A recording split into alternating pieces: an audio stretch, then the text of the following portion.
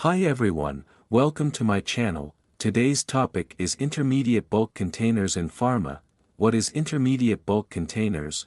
IBCs are large, reusable containers used to transport and store bulk quantities of liquid or solid materials. In the pharmaceutical industry, they're indispensable for handling everything from raw materials to finished products. Why IBCs are so popular in pharma?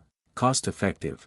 Compared to smaller containers, IBCs reduce packaging and transportation costs. Efficient.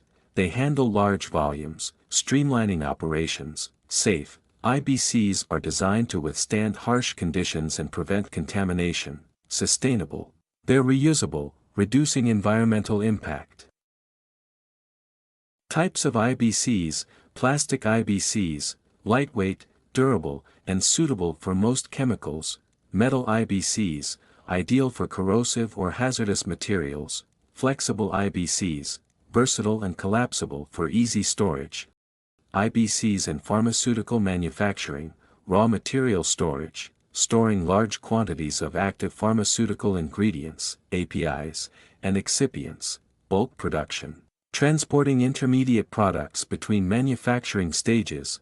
Product filling, filling final products into smaller containers. Waste management, collecting and storing pharmaceutical waste. Conclusion: IBCs are essential tools in the pharmaceutical industry, contributing to efficiency, safety, and sustainability. Thank you for watching.